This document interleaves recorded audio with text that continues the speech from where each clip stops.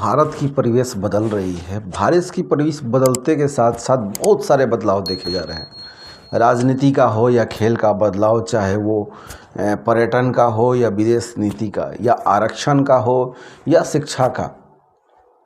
जब शिक्षा का परिवर्तन हो रहा है तो इसे आप अनदेखा नहीं कर सकते हैं। नमस्कार, मेरा नाम अमित है और आज हमारे साथ है उड़ान के यूट्यूब चैनल पर। आज का जो टॉपिक है हमारे पास है यूपीएससी का थोड़ा हिस्ट्री जानेंगे, थोड़ा प्रेजेंट जानेंगे और यूपीएससी एस्पायरेंट जो अभ्यर्थी होते हैं उनको कैसे पढ़ना है, थोड़ा सा इसके बारे में डिस्कशन करेंगे। क्या पढ़ना है वो तो सिलेबस से वो देख सकते हैं, बट मैं बात कर रहा हूँ कि शिक्षा को अपग्रेड करने के लिए, अपने आप को अपग्रेड करने के लिए एक स्ट्रैटेजी बनाना होगा। हालांकि यूपीएससी एक भारत सरकार का क्लास ए और क्लास बी ऑफिसर को चयनित करने वाला एक संस्था है, संघ लोक सेवा आयोग। ये आज़ाद भारत से पहले की कहानी है कि जब ब्रिटिश हुकूमत में क्लास ए और क्लास बी या पुलिस के जो महकमा होता है, जो टॉप लेवल के ऑफिसर्स होते हैं, उनको चुनने के लिए ब्रिटिश इस सेवा और इस एग्जामिनेशन को कंडक्ट करता था। ये 1854 में एस्टेबल किया गया था। 55 से इसकी एग्जामिनेशन का प्रोसेस चालू हो गया था। उस समय भारत में नहीं हुआ करता था एग्जाम यूपीएससी का, लेकिन जब चालू हुआ कि भारत के लोग भी अपीयर हो सकते हैं तो उन्हें लंदन में जाकर आपको वहाँ एग्ज़ाम देना था और पास होना था। और भारत इसमें पीछे कैसे रह सकता है। उस समय 1864 में रविंद्रनाथ टैगोर के जो बड़े भाई हैं श्री सत्येंद्रनाथ टैगोर जी ने ये एग्ज़ाम पास किया, क्लियर किए यूपीएससी को। उसके बाद ठीक 3 साल बाद 4 भारतीयों ने फिर यूपीएससी क्लियर किया। जब भारत में स्थापना हुआ 1 अक्टूबर 1926 को ब्रिटिश गवर्नमेंट ने यहाँ स्टेबल किया। उस समय भी इसकी बॉडी बन चुकी थी, ये संस्था बन चुका था और उसके जो पहले अध्यक्ष थे वो सर रॉस वाकर जी थे। टोटल मेंबर उस समय 4 थे, इंक्लूडिंग की रॉस जो अध्यक्ष साहब थे वो भी थे उसी में। लेकिन आज का जो अध्यक्ष हैं वो डॉक्टर मनोज सोनी जी हैं और आज के डेट में 9 से 11 सदस्य होते हैं यूपीएससी संघ का। ये तो हुआ अभी का। आज़ाद भारत के बाद 26 अक्टूबर 1950 से भारत में चालू होने लगा और इसकी एग्जामिनेशन बहुत आसान तरीके से 3 फेज़ में एग्ज़ाम कंडक्ट किया जाता है। पहला प्रीलिम्स होता है, दूसरा मेंस होता है, तीसरा साक्षात्कार या इंटरव्यू कहिए। ये उनके लिए आसान है कि जो इस एग्ज़ाम के प्रोस्पेक्टिव से डेडिकेटेड होकर प्रिपरेशन कर रहे हैं, ये उनके लिए आसान है। इतना कहना आसान नहीं है कि हम 3 स्टेप में बता दिए, 3 स्टेप को आपको इजीली पार कर लेना है। ये बहुत लंबा प्रोसेस है। मुखर्जी नगर से बहुत सारे बच्चों से मैं फीडबैक लिया और वो बताते हैं कि ये 5 वर्षीय योजना है, लेकिन मेरा मानना है, मेरे शोध और मेरे टीम के शोध में क्या होता है मैं आपको बता रहा हूं, आप कंटिन्यू रहिए मेरे साथ, कि यूपीएससी 5 वर्षीय योजना नहीं है। इसको प्रिपेयर करने के लिए आपको सबसे पहले स्ट्रैटेजी चाहिए, एक फ्रेमवर्क बनाना होगा। पहले तो आप एक चीज़ मैंने ब्रीफ नहीं, बिल्कुल डीप में जाकर यूपीएससी के वेबसाइट पर, मेरे भी डिस्क्रिप्शन में मैं सिलेबस को अपलोड कर रहा हूँ, आप वहाँ से डाउनलोड करके देख सकते हैं। पहले सिलेबस को आप ब्रीफली नहीं, डीप में पढ़िए। आपको कौन से सब्जेक्ट पढ़ना है, कौन से सब्जेक्ट नहीं पढ़ना है, कितना पढ़ना है और कैसे तैयारी करनी है, वो आप डिसाइड करिए।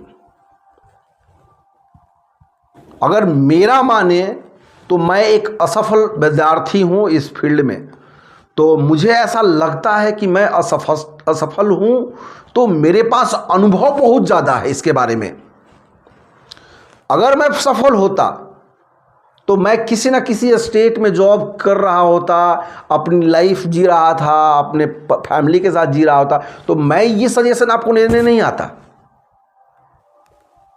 असफल नहीं हूं तो इस बिहाफ पे उन बच्चों के लिए मैं ये एक वीडियोस बना रहा हूं जिनको जरूरत है कि स्ट्रैटेजी कैसे बनाना है, रणनीति कैसे बनाना है।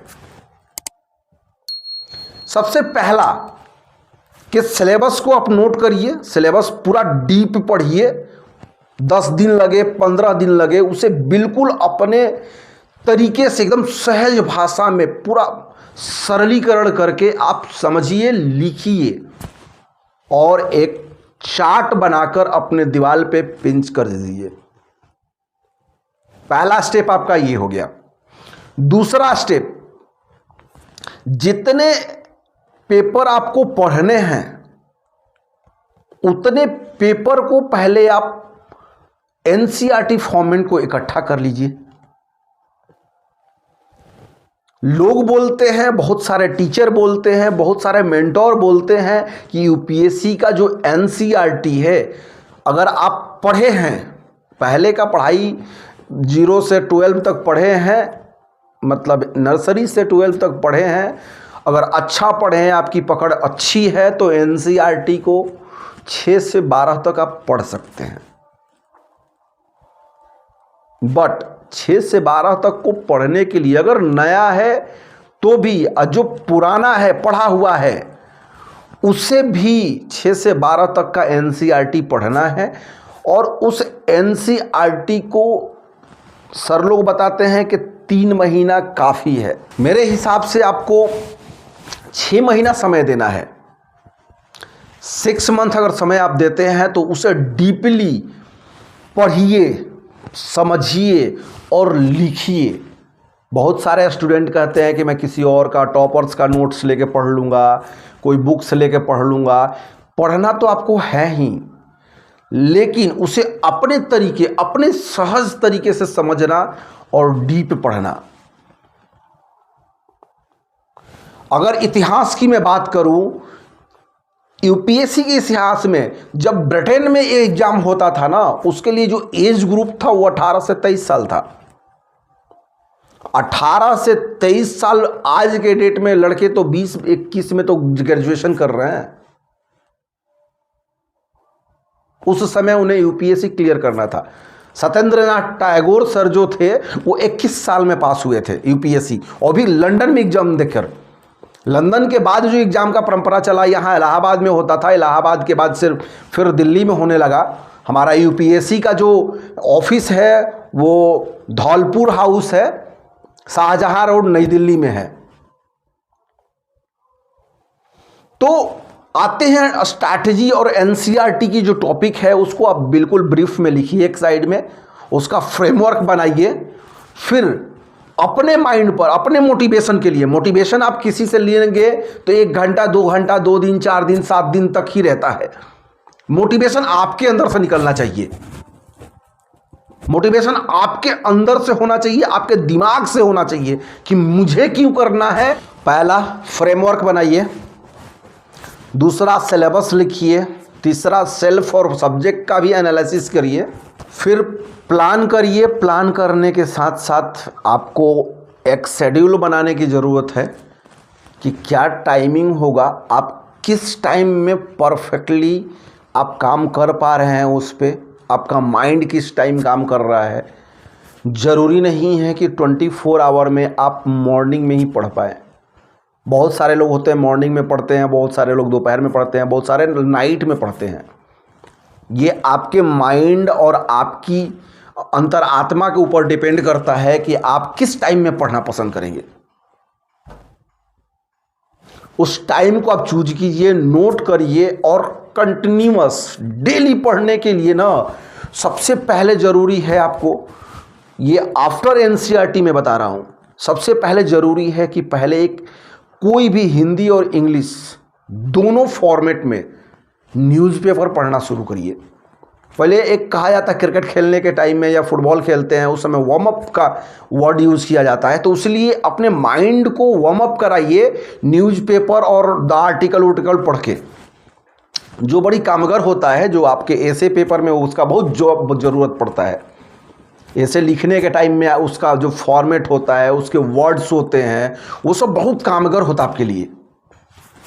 तो सबसे मेजर टॉपिक एक और है कि प्लानिंग करने के बाद आप क्या करेंगे। एनसीईआरटी के बाद प्लानिंग तो आपने कर लिया, फिर आपको आता है एक्शन लेने की। जब एक्शन लेते हैं और मोटिवेशन का वार्म अप कर लेते हैं न्यूज़पेपर से, तो फिर आपको सब्जेक्ट वाइज नोट्स भी बनाने हैं और पढ़ने भी हैं। जो रेफरल बुक होता है वो आप किसी भी बुक स्टोर से या किसी भी इंस्टीट्यूशन के वेबसाइट से देख सकते हैं। मैं किसी को रिकमेंड नहीं कर रहा हूं कि हर सब्जेक्ट के अलग अलग अपने अपने लेखक हैं, अपने अपने बुक के प्रकाशंस हैं, आप उन्हें देख सकते हैं। ये आपके ऊपर डिपेंड करता है कि स्ट्रैटेजी कैसे बनाएंगे, उसका निचोड़ कैसे निकालेंगे, और अपग्रेड जो बदलाव का लेशन है आप उसे कैसे यूपीएससी को दे पा रहे हैं। यूपीएससी को क्या चाहिए वो आपको देना है, आपको डिलीवर करना है, तभी तो सिलेक्शन होगा। अगर माना जाए डेस्टिनी को कि मंजूर नहीं है कि आप यूपीएससी ऑफिसर बने या आईएएस या पीसीएस या आईओएफएस या आईएफएस बने, तो ये जरूरी नहीं है कि सब बन ही जाएंगे। लेकिन हाँ, आप डेडिकेशन के साथ अगर 2 साल समय देते हैं तो बिल्कुल एक आदमी तो बिल्कुल बन जाएंगे।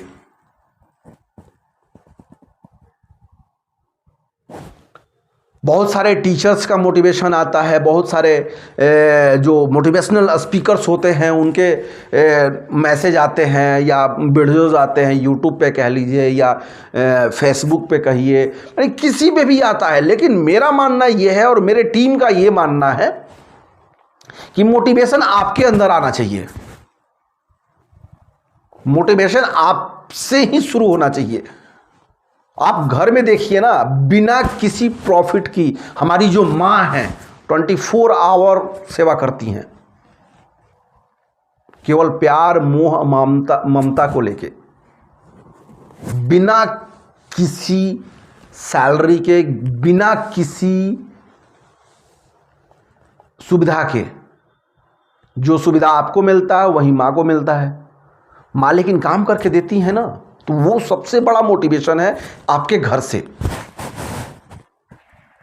आप कभी भी घर जाते हैं, मम्मी से पानी मांग लेते हैं या खाना मांगते हैं, आप अगर नहीं करने के उम्र में हैं तो कपड़ा भी धुल देती हैं या और कुछ करना हो तो कर देती हैं। लेकिन आप जब उम्र में आ जाते हैं तो फिर आपको अपने से करना होता है।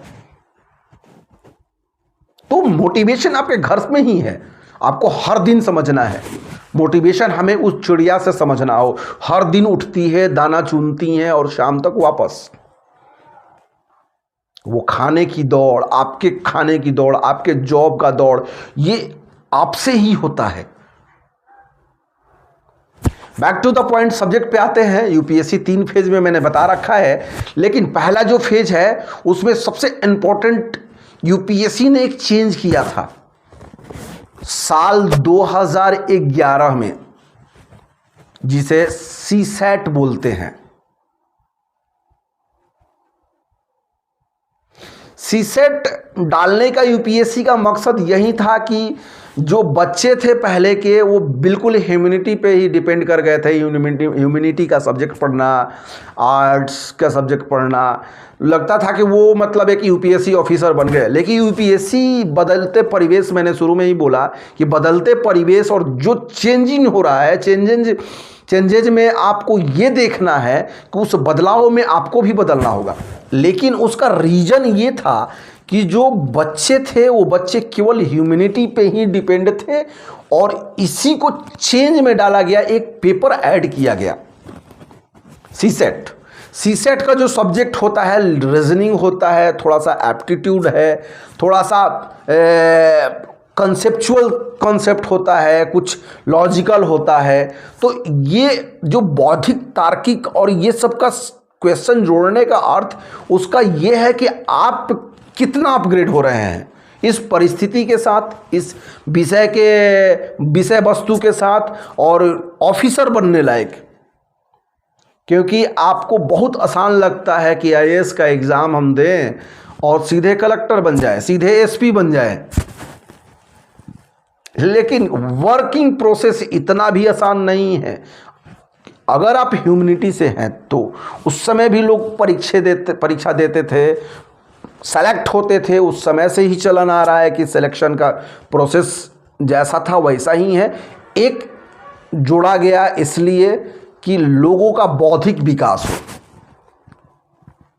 जैसा कि मैंने बताया कि मैं तो असफल हूं, तो अनुभव मेरे पास ज़्यादा है। अभी के अनुसार जितना अनुभव मैं आपको शेयर कर रहा हूं, शायद आने वाले समय में और अनुभव हो, और लोगों से मिलूं। बहुत सारे लोग तैयारी करते हैं। संघ का मेरे पास अटेम्प्ट नहीं है, बट राज्य का तो है। जब यूपीएससी का गठन किया गया था तो कभी ये तो नहीं सोचा गया था ना कि बच्चों के साथ पक्षपात किया जाए। ये बच्चों के ही फेवर में है, सीसेट को लाना उन्हीं के फेवर में है।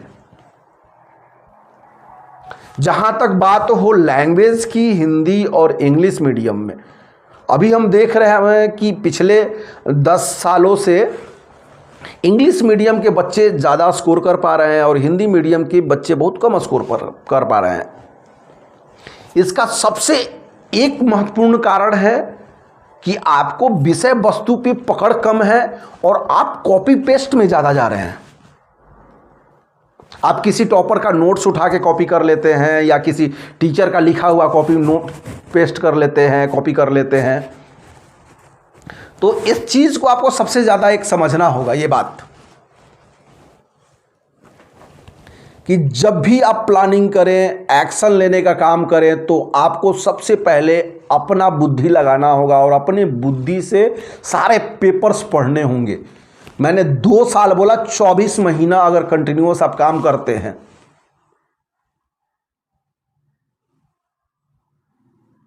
तो आपको फिर सफलता का चांसेस 90% बढ़ जाता है कि आप रेगुलर काम कर रहे हैं, रेगुलर उसी सब्जेक्ट पे काम कर रहे हैं। आपको इस चीज को समझने की जरूरत है कि क्या करना है। मैं ये वीडियो बना रहा हूं ये नहीं बताने के लिए आपको पढ़ना क्या है। पढ़ने वाला सिलेबस आपको डिस्क्रिप्शन में भी मिल जाएगा।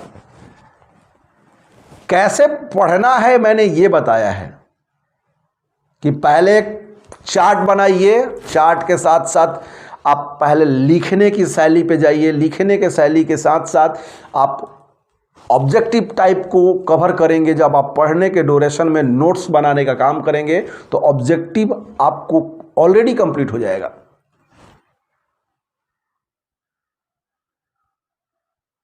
सबसे मेजर चीज ये है कि आपको सेल्फ मेड नोट्स पे ही ट्रस्ट करना होगा।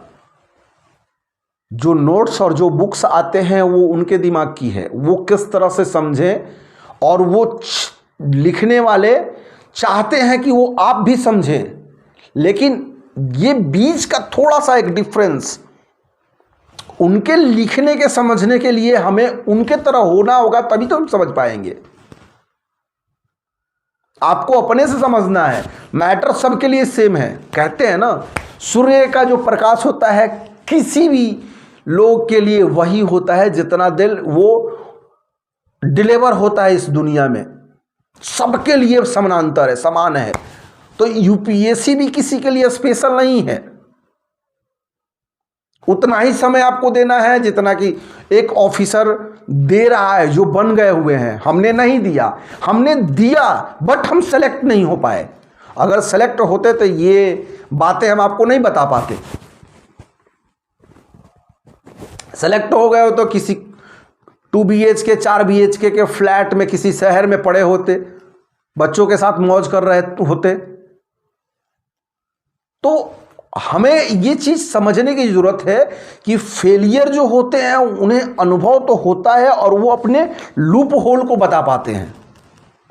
आप मुझे कह सकते हैं कि मैं फेलियर हूं, मैं असफल हूं, लेकिन सफलता का रीज़न ये है कि मैंने जब प्रिपेयर किया हो तो कहीं ना कहीं तो मुझे सफलता मिलेगा।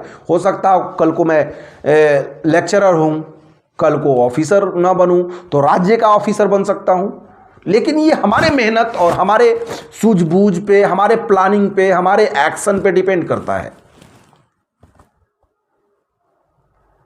एक इंग्लिश में थॉट्स है कि success always depend on second letter. Success में आप लोग देखेंगे कि जो सेकेंड लेटर है वो यू है। यू का मतलब आप हो। ये जिनका भी दिया हुआ थॉट है, मुझे नहीं पता है, मैंने नहीं पढ़ा ये थॉट, लेकिन बहुत जगह मैंने ये लाइन तो बिल्कुल पढ़ी हुई है। आप अपने भविष्य के कर्ता धर्ता आप हैं। इसका दोष किसी और के ऊपर केवल ब्लेम करके बता सकते हैं। आपके असफल होने का कारण आप लोग खुद हैं। सफल होना है तो प्लानिंग करनी पड़ेगी। ये छोटे से जॉब के लिए लोग प्लान करते हैं, क्वेश्चंस बनाते हैं, प्रैक्टिस करते हैं। ये तो एक जिले के मालिक की तैयारी है। एक जिले का मालिक बनना एडमिनिस्ट्रेटिव लेवल पे या कह लीजिए पुलिस लेवल पर, या किसी जंगल विभाग का हो, मेडिकल का हो, तो यूपीएससी एक ऐसा बॉडी है कि वैसे ऑफिसर सेलेक्ट करके जो फ्यूचर में ऑफिसर बनने लायक हो, उन्हें तैयार करके ट्रेनिंग कराकर गवर्नमेंट को सौंप देती है। तो उनका तो विज़न बिल्कुल क्लियर है। आपका विज़न कितना क्लियर है वो आपके ऊपर डिपेंड करता है। ये वीडियो उन तमाम यूपीएससी एस्पायरेंट और संघ लोक सेवा के लिए भी और राज्य सेवा के भी लिए, इसमें कोई रोल नहीं रहता है आपके सिलेक्शन में कि आप हिंदी मीडियम से हैं कि या इंग्लिश मीडियम से हैं। हाँ, लेकिन इंग्लिश आपको जानना जरूरी है, कंपलसरी है पास होना। पेपर में आपको पास होना बहुत जरूरी है। लेकिन विषय वस्तु पे आया जाए, अगर उसकी समझ आपके पास बहुत ज़्यादा है, आप गलतियां कम करते हैं, एरर्स कम करते हैं, तो आपका सिलेक्शन का चांस बढ़ जाता है। इंग्लिश मीडियम में क्या होता है कि सबसे इम्पोर्टेंट बात है, मैं आपको बता रहा हूँ, इंग्लिश जो वर्ड है ना बिना माँ बाप का है। एक वर्ड के 4 मीनिंग होते हैं, तो उनके सिलेक्शन होने के चांसेस ज़्यादा होते हैं, क्योंकि एक वर्ड वो किस फ्रेम में यूज किए हैं, सामने वाला चारों वर्ड यूज कर लेगा। जो एग्जामिनर है वो चारों को अटैच करके देख लेगा कि लड़के ने लिखा क्या है, पेपर में उसका लिखने का मकसद क्या है। तो इंग्लिश मीडियम का सिलेक्शन इसलिए ज़्यादा बढ़ जाता है। और हिंदी है, हिंदी की अपनी पहचान है, अपना मूल्य है, इसलिए आपको एरर कम करना होगा।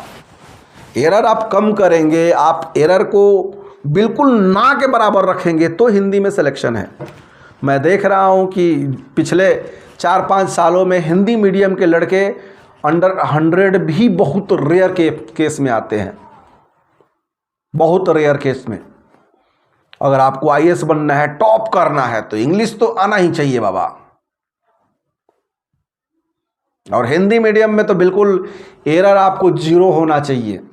और इसकी पॉसिबिलिटी तभी होती है कि जब आप अपना नोट्स बनाएंगे, प्रैक्टिस करेंगे, इस पर कंटिन्यूअस वर्क करेंगे, सेट लगाएं, प्रैक्टिस लिखने का करें, या किसी संस्था से क्वेश्चन पेपर्स जो मिलते हैं वो लेकर सॉल्व करें, और अपने सीनियर्स से ग्रुप डिस्कशन करें, और ये सीरियस में करें। आपको तैयारी करना है, आपको एक जिले का राजा बनना है ना, तो आपको मेहनत तो करना पड़ेगा। इसमें अछूता नहीं है कि आप बिना मेहनत के कुछ ले सकते हैं। हाँ, हो सकता है कि थोड़ा बहुत रिजर्वेशन का फायदा हो, लेकिन यह मैटर नहीं करता। मैटर यह करता है कि आप विषय वस्तु के ऊपर कितना काम कर रहे हैं। आपने काम किया है तो सफलता जरूर मिलेगा। और मैंने अपना व्यक्तिगत जो विचार शेयर किया कि मैं असफल हूं, तो इसका मतलब कुछ नहीं है। मैं अभी भी लगा हूं और आगे भी लगा रहूंगा। मेहनत और संघर्ष हर लेवल पर है। जैसा कि मैंने पिछले वीडियो को मैंने टैग किया हुआ है, संघर्ष के ऊपर मैंने वीडियो बनाया हुआ, आप उसको देखिए, डिस्क्रिप्शन में उसका लिंक है। इसलिए आपके ऊपर यह डिपेंड करता है कि आपको सफल कब होना है, आपकी जो ईमानदारी कितनी है, आपका मेहनत कितना है, आपका स्ट्रगल कितना है, यह सब आपके ऊपर डिपेंड करता है। इसमें हम दोष किसी को नहीं दे सकते हैं। हाँ, ये हो सकता है कि डेस्टिनी थोड़ा सा तो डिसाइड करता है कि लाइफ आपका कब करवट लेगा, कब चेंज होगा, थोड़ा सा है, लेकिन ये बिना मेहनत के तो बिल्कुल नहीं है। इसलिए अपना और अपनों का खूब ख्याल रखिए, पढ़िए, मस्त रहिए, और थोड़ा सा आपको इन्फॉर्मेटिव ये वीडियो लगा हो तो हमारे वीडियो को सब्सक्राइब कर लीजिए और हमें सपोर्ट करिए।